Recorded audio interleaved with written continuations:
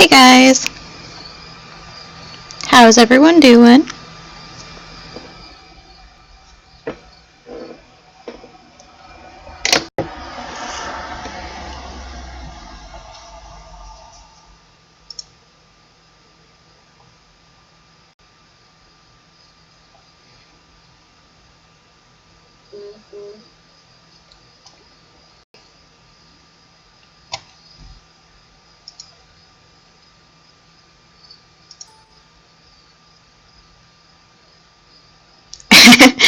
Hi Gil, how's it going? Sorry, I need to turn off my notification on my phone, otherwise you guys are going to hear my phone buzz like constantly.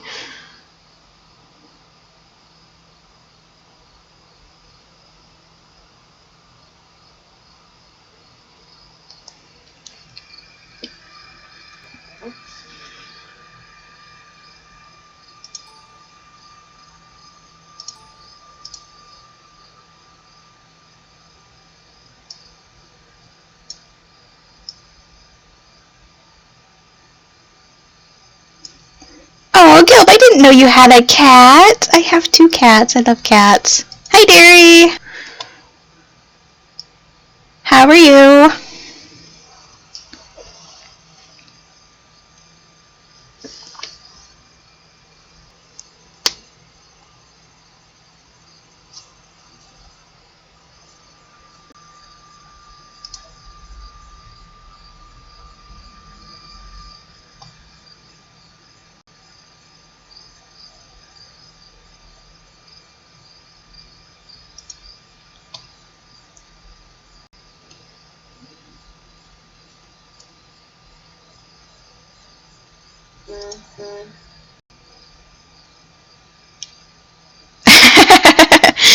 Yeah, that kind of sounds like dating someone with a cat. Both of my cats are napping right now. One of them is just like a foot away from me, over on the floor over here. If you guys follow me on Twitter, so you my cats. My cats. I love my cats. They're adorable. And one of them is a rescue cat, and she's been with us for almost a year now. I think it'll be a year in December, and she's staring at me because I'm talking about her. She was very shy and skittish around people at first, and she's gotten a lot better over the last few months. I am allergic as well, dearie. I am allergic to a lot of things, so I feel you on that one. She still usually runs and hides from people, but my parents were over this weekend, and my dad actually got to pet her, so that was a pretty cool moment. She doesn't usually let people outside of our little family of four pet her or come near her, but I guess she decided my dad was okay. My dad loves cats, so yeah. My mom, not so much. My mom's kind of one of those people that is like, if we're gonna have pets, they're gonna be outside. And they live on like 4 acres of land. They have plenty of room outside. Yes, Tesla, I'm talking about you. Come here. No, I'm not coming here. I'm resting.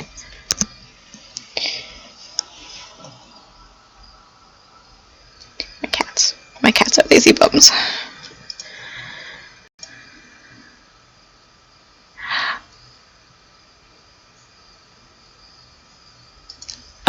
Okay, so I guess we can go ahead and start.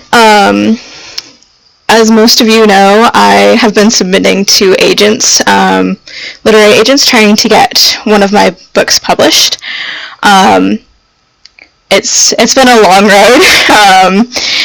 I wish I could say that I have an agent, but I don't, not yet. I started submitting in May. Yeah, April or May of this year, and I got a lot of rejections. I admitted to about 70 agents, and more than half of those have rejected my manuscript. most of them don't really give me much feedback because they get a lot of submissions, and mine is being an unsolicited submission, so it's not something that they've asked for. Which, hey sis, most agents are open to unsolicited submissions. That's how they get a lot of theirs. But because they get so many, they can't really give individual feedback.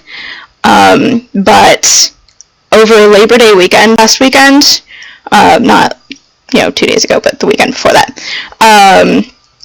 for those of you not in the U.S., that's a U.S. holiday. I don't really know if that's an international holiday. But I sent out a bunch of queries the Friday before, it's on a Monday, and almost immediately got one back from an agent who was the first one to say that she read interest, so that was a good sign. But the sentence after it was a rejection, because at the time my manuscript was about 70,000 words, 75,000 words, and traditional publishers, I did not know, are looking for at least 100,000 words. And she told me all of this. So even though she was interested, she would have to pass because it wasn't long enough. So I sent her a reply and said, well, I do have some work done on a sequel for it, as I had mentioned in my query for. So I took that and added it to Presage, and I read an article by a German author that said, writing a book is like running a marathon, but before the finish line comes selling the book, where someone hands you a book.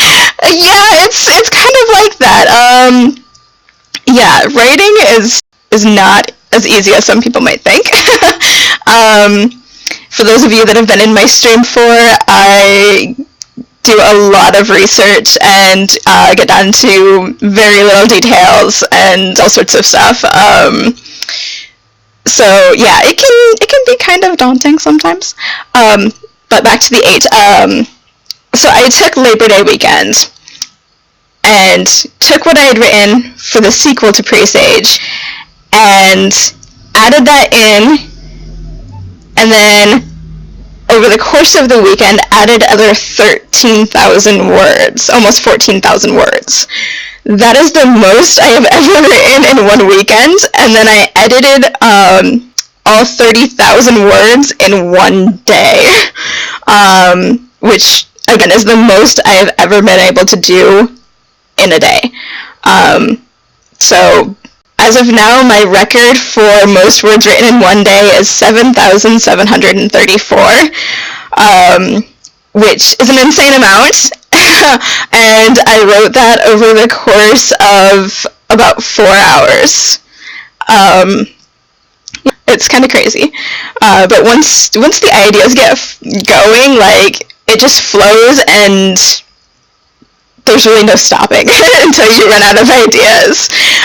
So I'm pretty proud of myself for writing almost 14,000 words in 2 days, which the actual time it took to write that was almost 10 hours. So it was pretty awesome. And I ended up removing some things and then adding more things. And I actually ended up thanks, sis. Yeah, it is really awesome. I'm so proud of that. I also added in some parts that I had been writing for one of my characters as kind of a standalone book, or just it's kind of a couple of short stories for her. But I decided it would also be a good addition to Presage, with adding in what I had for the sequel. So that also helped getting that up and getting the word count up. And then also kind of adds to the character development of that character, because before that she had a little bit of character development but not as much as the other characters, and considering she'll be more of a major character later on in the series, it was probably a really good idea to actually make those edits.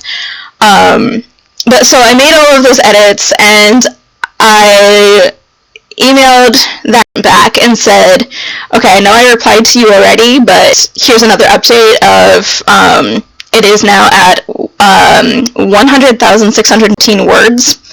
I don't know if this affects your decision or not, but I wanted to let her know that I had done that.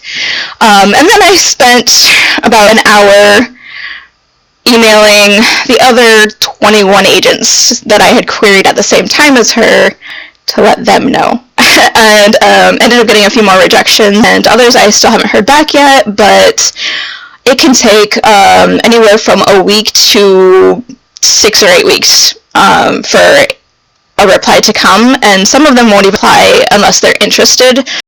So a lot of the ones that I've taken as no's are because I got no reply, and it's been almost 6 months since I queried them. So I assume those are no's. But I did go through, I don't think I have my book over here with me. I have a book, no I don't.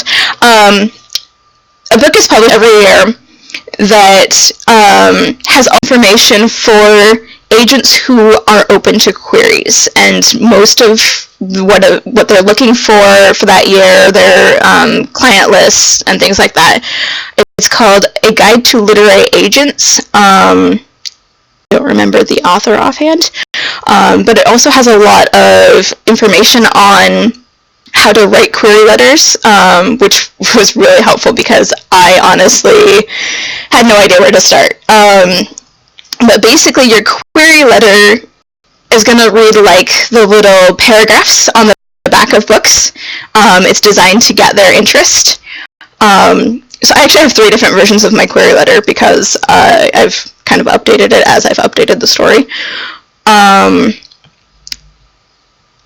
And yeah, it's a really helpful book. It comes out in January every year.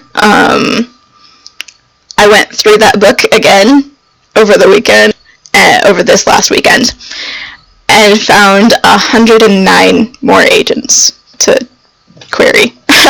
So I have quite the day ahead of me in looking into them and making sure that I follow their submission guidelines so that my submission doesn't get thrown out without getting read.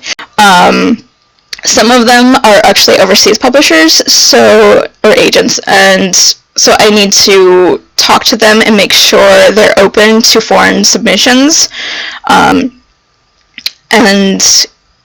how to go about submitting to them, because some of them only accept snail mail. They don't accept email queries, which could get expensive, because most of them also ask for a sample to go with it, and so mailing about 30 pages per query is going to get expensive to overseas publishers. So I'll have to look into that a little more, but I want to exhaust all of my US ones first before I try to do that. Some of you, if you follow me on Twitter, may have seen a tweet I put out yesterday about if you and your soulmate had matching tattoos, what would you do? This came about from, of all things, a Tumblr post that I saw that somebody shared on Facebook. Actually, I'm not part of Tumblr. That talked about what if you and your soulmate, how did it go? It was, what if you stopped aging at age 18 and didn't age again until you found your soulmate? And then it went through all of these different possibilities of, let me see, I have it saved on my phone.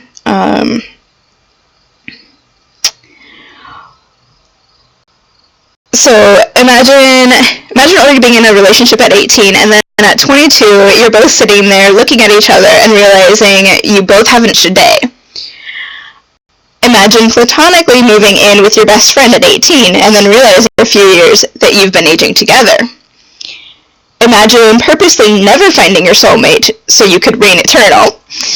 And then people are just like talking in the post about how awesome would that be as a concept for a book.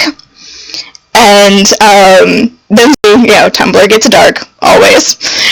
What if you killed your soulmate so that you could never age?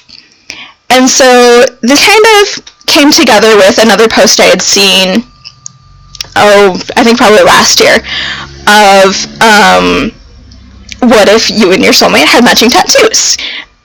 Like it was a birthmark, like you were born with it and you had to find your match. And so I kind of combined the two ideas. So in this world, you would stop aging at 18, and then at like 20, the marks would appear. So you're still going through your whole life, experiencing what you normally would of, maybe dating somebody or, something like that, and then your mark appears and either it doesn't match or it does match. And kind of going through that, I posted a tweet yesterday of a picture of a bunch of paper I had taped to the side of my entertainment center, which I'm going to turn my computer for a second. I'm on a laptop, and I'm in my little corner here, but my side of the entertainment center here, you can kind of see, has actually 5 pages taped to it now. Hey Princess! Welcome to the stream. It's good to see you again. So a lot of it is all these notes of things to do. Sorry, I have a lot of stuff on my tiny little desk, so don't mind the noises and things of things falling over. So a lot of it is notes about how would this work,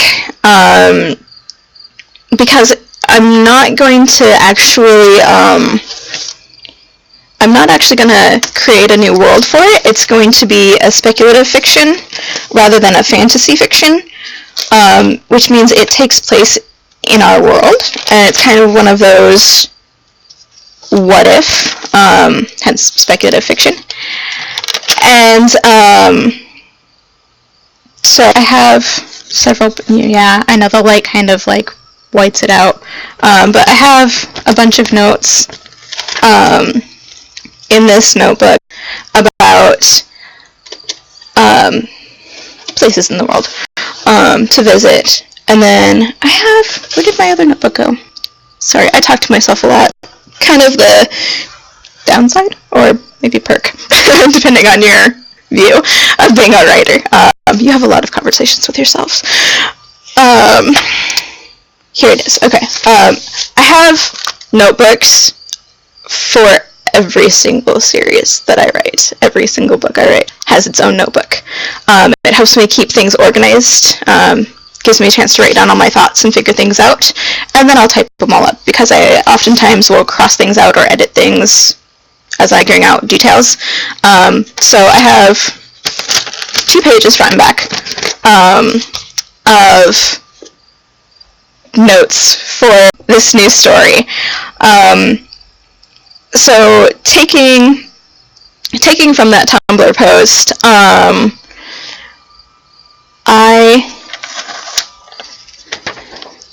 I was like, okay, what kinds of characters would see in this?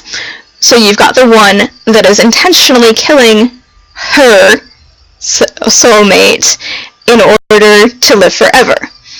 And then you can get into the psychology of her thoughts of this, of does she regret it at all? Because she's been doing this for centuries at this point. Did she maybe regret it at first, and now, after a couple hundred years, she doesn't really care? It doesn't really affect her that much. And then you have, also, with that, does she avoid killing if she doesn't have to, because she would know that she would be taking away someone else's soulmate. So, like, she still has a little bit of humanity in the fact that she doesn't want to take away someone else's soulmate. And she's not going to be the cliche, oh, she's killing her soulmate because she got hurt too many times or anything like that. That's been overdone. She's doing it just because she wants to live forever. She likes that idea. So it's not, she's not going to be the cliche immortal, doesn't want to be in love kind of thing. She just wants to be who she is forever. And I also decided I do not like cliches. I try to avoid them as much as possible in my writing. So, for her, like, normally you'd think, oh, a Black Widow is going to be, for those of you that don't know that phrase, I'm not talking about the spider. A Black Widow killer is a woman who kills her husbands, plural, or singular, one husband, for some sort of gain. So, most Black Widows are depicted as being very, like, femme fatale, and I don't think she needs to be that way. I think she can be just a normal woman. Not overly attractive, but not necessarily unattractive either. So, I really want to try to break some of those stereotypes with this character. And then some other characters would be a younger person who is searching for their soulmate currently, and how they'll go about that. And there are some different ways that I came up with. There would be a voluntary registry, and I stress the voluntary part, because I don't like the idea of forcing people to register for anything. That gets into a whole other sort of lack of freedom type thing. Yeah, we won't get into politics. So, let's see what else. So then, you've got the voluntary registry, but I was also reminded about this article I had read from Japan of how parents who are desperate to have their daughters married off as they get older, age 25 and above. In Japan's culture, that is seen as, like, as you get older, you'll probably never marry kind of thing. And to them, it's kind of a dishonor of sorts. So what the parents of these women will do is there are these huge bulletin boards in cities, and they will actually post ads for their children of, like, this is who she is and what her likes and stuff are. Basically just like a dating ad, like you would find on Tinder, I guess. I don't know. I don't use those things. But that kind of thing. And so I was trying to think of, well, what if they aren't using the registry? What other ways would they have to connect and find their match? So one thing would be bulletin boards like that, where you could post your own little flyer with, all your information and everything. So that's another way. And then, because this is in our world, there's also then the problem of, what if, my man came by. My front door is open to my left over there. So, motion out of the corner of my eye. Anyway, I get sidetracked easily, don't mind me. So, because this is in our world, then the issue becomes, what if your soulmate is in another country and you are not wealthy enough to go find them in that country? You don't have the means to, buy a plane ticket or leave your job to go find them in whatever city they may be. And so, as I was figuring out how these things came about, I decided that it would be easier, I guess, to either have, I originally said no currency, that we went kind of Star Trek and got rid of money. But then that kind of didn't seem to make sense as much. So I went with all the world leaders got together, kind of UN style, and decided on one world currency, which I know in real life will never happen because all of the leaders want it to be owned, and that's not going to happen. But so there was one world currency, and then to help with going to other countries, when you hit 20 and your mark appears, you get a travel voucher that is good for 2 years at a time and can be renewed up to 5 times without any issues. Once you hit that 10-year mark on that 5th time, then it gets renewed kind of on a case-by-case basis. Basically, you have to show that you're still making an effort to find your soulmate. And so when you get your voucher, it's good for anywhere in the world, any airline, for those 2 years. You basically just show it and off you go. You pick your destination. And then when you get to whatever country you're headed to, there's all sorts of like travel agencies and things that have little packages of here are some of the like tourist destinations in these countries, and you basically just travel to each of these places and have like little parties or mixers or whatever you want to call them with other people who are also searching, and maybe you get lucky and you find yours. So I think it's a really interesting idea, and I'm probably going to save it for NaNoWriMo in November, National Novel Writing Month. Because I think as I do all of the research, I'll get a better sense of what my characters are going to be like, because I haven't written any of my character bios, not yet. Those are usually the first thing I write, but I have some research to do on a couple of different characters of their professions, and I kind of want to get a sense of those before I write any character bios. I keep glancing off to the side because my notes are over there. As I was figuring out details, I was talking to a group of my friends that includes Big Sister there in the chat, and my husband also, and we kind of just bounced off a lot of ideas, and he said, well, what if there was a private investigator who was helping the Black Widow to find her target? And what if her soulmate was in protective custody? How would it complicate things?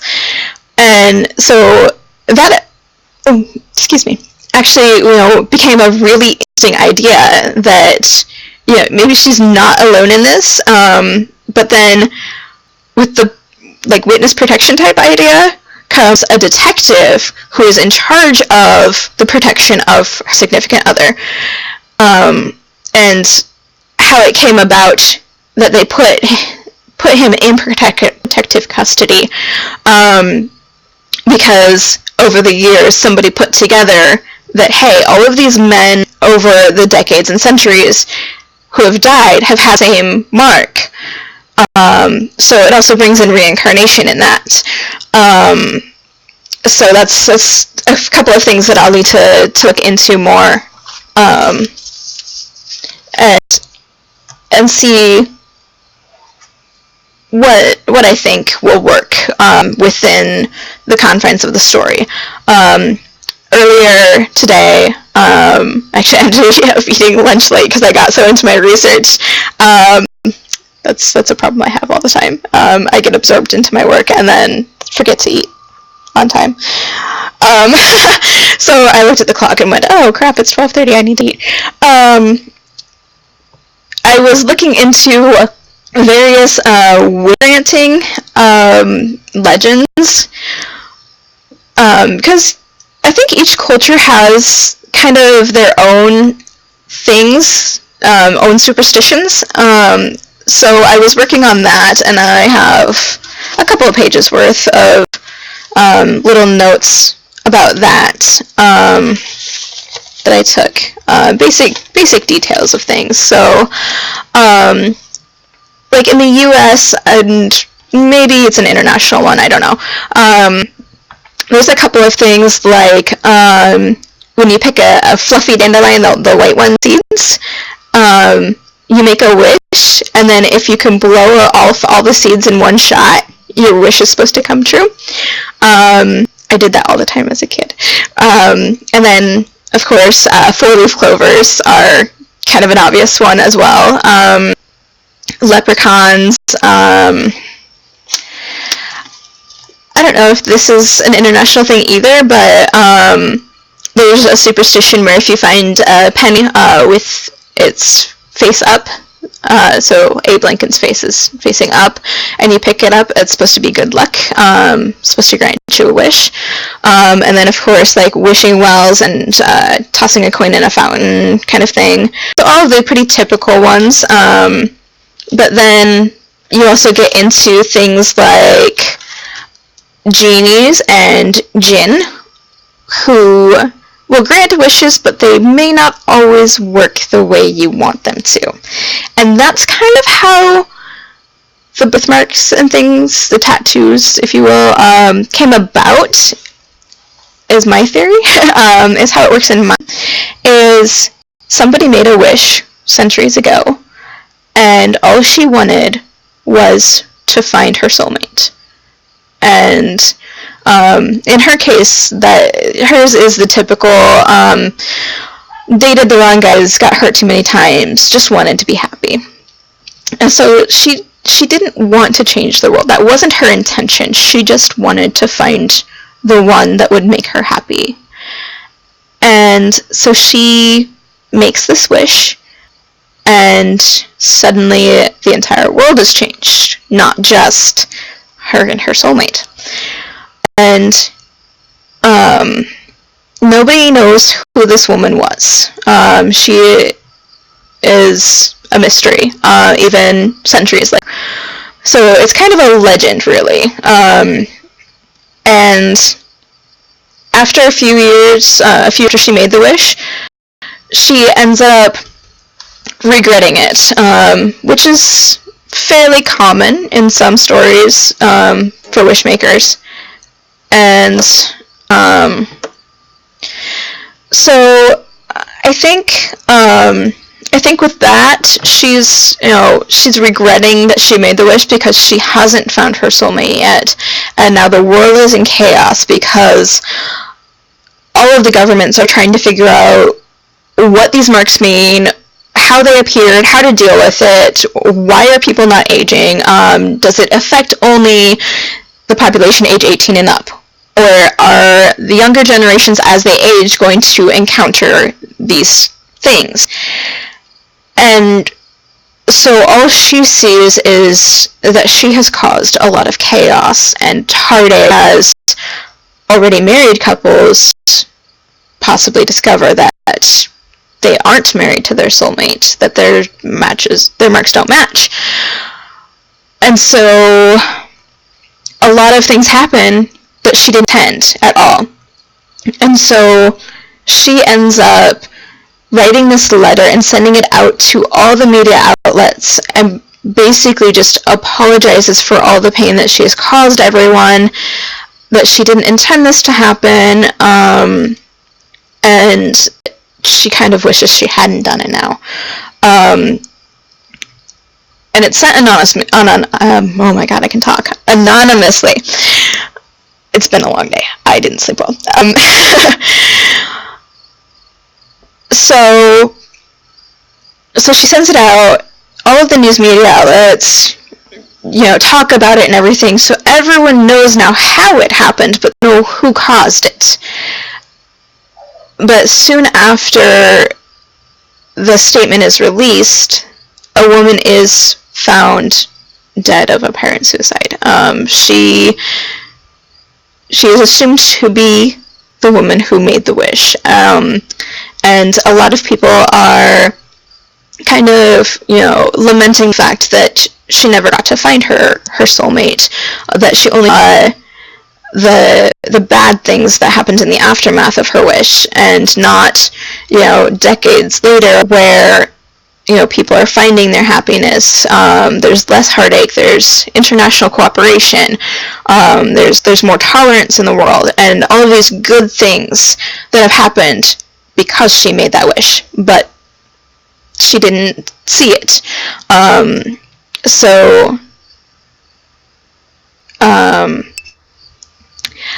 Sis, I see Whisper. I hope you feel better. I know you're not feeling too great the last few days. I will talk to you later then.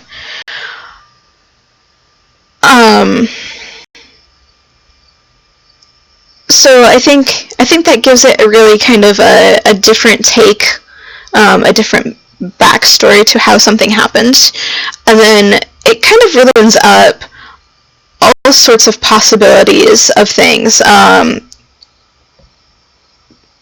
haven't decided yet where my story will start in particular, whether it will have beginnings at the start with that woman, or if it will start, the centuries later with the immortal woman. It's kind of hard when you start a new story, a new idea, trying to decide where things start. I think as I do research, it will help figure that out. I am very much a research person. I have always wanted to know all the little details about everything, which is really kind of funny because my husband is the opposite. So when we were talking about how things would go, like the travel and the currency and everything, he was kind of like, I wouldn't change the currency, and the whole travel thing, I just kind of gloss over that, and I'm like, yeah, that's not me. I have to know how things are going to work, which is why my worlding for Fantasy Worlds gets so detailed. I talked about it previously. I know the VODs aren't available anymore. It's been more than 2 weeks. But when I build the fantasy world, I go into very, very detailed things of what kind of plants there are, what kind of animals there are, where those are located. I think I showed you guys the giant map I made, just sitting next to me with my keyboard. I have an external keyboard. My ginormous map that I made. Yeah. For page. No, this one's not for Presage. This one is for Corminthir. Map making is interesting as well. I'm not an artist, but I do my best. Hi Tesla, what are you doing? My cat just came over. What are you doing? It's not time to eat yet. Not for a couple more hours. I know. You get anxious though. She does. She, as I was talking at the beginning of this stream, she is a red cat, and she was a stray that we caught while we were fostering 2 other cats for a rescue that we volunteer for. And those 2 got adopted. We adopted Tesla. She's been with us since January. We caught her and have taken care of her since, and she's really come out of her shell the last few months since the other two were adopted. They pestered her a lot, so she hid a lot. And she's made some pretty good progress. Up until this last weekend, she would still hide from people that would come over to the house, but my parents were over this weekend, and she actually let my dad pet her, which he thought was pretty cool. He loves cats, so we were pretty happy to see that she was getting friendly with people other than, my husband and our kids.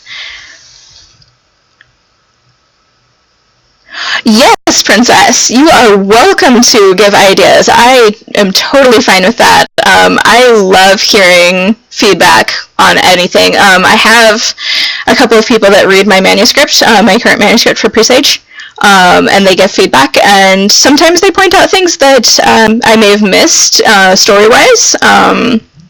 For those of you that were in Stephen Kill's stream yesterday, he is one of my readers.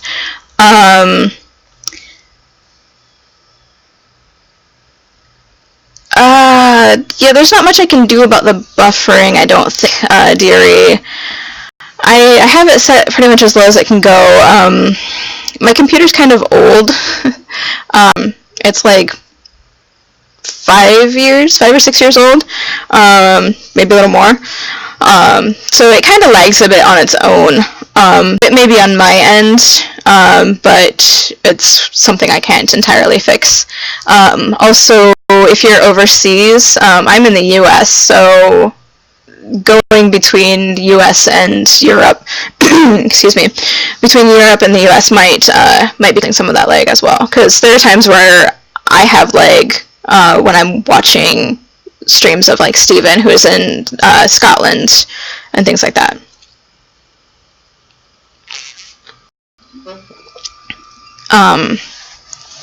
But yes, Princess, you are absolutely welcome to give any that you would like. Like I said, Stephen is one of my trusted readers. I have 2 or 3 of them right now. And a lot of his feedback actually helped some of the edits to the beginning of Presage. I rearranged some paragraphs and things, made a few more edits to get rid of some extraneous details and things. I did have a co-author, and that co-author likes detail a lot. So if you started in the future, you know how Paris, France is the city of love. What if it started there and the city was kind of dried up, I guess, of soulmates, because in the beginning everyone went there to find their soulmate because it was... That is actually an excellent point. One of my lists over here, sorry, my throat is kind of... allergies the last few days have kind of wreaked havoc on my sinuses and things. That is an excellent thing.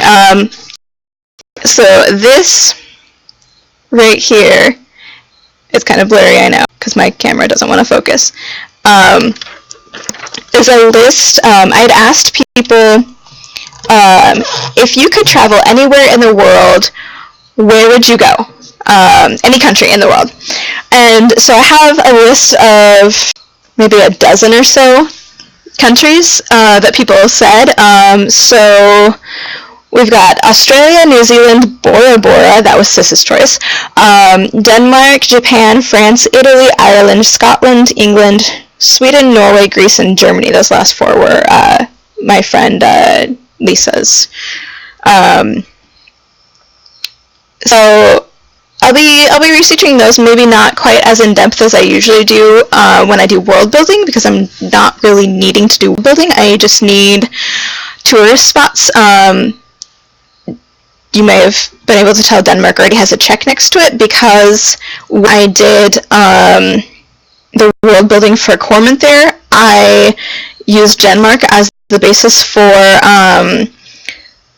population, flora and fauna, and a little bit of history, plus a few like touristy spots. So I did a little further research for more tourist destinations or sighting destinations. I do know somebody in Denmark, so I guess I could always ask him, but he's usually kind of busy, so try not to bug him too much. We're more of acquaintances than friends, so yeah, I try not to bug him too much. He's a pro gamer that I follow. Nice guy. But I will probably talk to Stephen and his wife about Ireland and Scotland, since that's where they're from. They may be able to give me more ideas of places that maybe only the locals would know, that might be kind of off the path, a little more fun and less touristy than what you would find just like Googling or through travel agencies and things. I actually should. I don't know where my pen went. It's probably sitting under my laptop. Nope, I don't know. I'll find my pen later. I was going to add Spain to my list. Because I've been to Spain. I spent a week in Spain my junior year. Yeah, my junior year of high school. We spent our spring break in Spain. Went to see a lot of amazing places. Had a lot of fun with my classmates and, of course, chaperones. But yeah, it's a beautiful country, and I would love to go back to Spain someday. So I think that'll get added to the list too, because there's a lot of places that you could probably find a soulmate in the story. Other than that, I'm probably going to wrap up the stream here in about 20 minutes or so. My kids are in school, so I have to pick up my kids in about an hour and a half. So I don't want to run too long. But I think, let's see, could cover a few other things. I know Princess has missed my other two streams. I canceled Monday's stream last week because I was working on all of the edits to Presage, and that took me most of the day to do. So if you saw my tweet about that last week, that's why I canceled the stream. That was the important thing I was working on. So even though I didn't get a reply from that agent about getting signed by or anything, I really think that adding those 30,000 words helped a lot. And I kind of wish I had known that they were for longer manuscripts before I started submitting, because then maybe that would have changed things. But I try not to dwell too much, just because I did that. Oh, excuse me. I shouldn't drink soda on stream. It makes me burp. I try not to dwell, so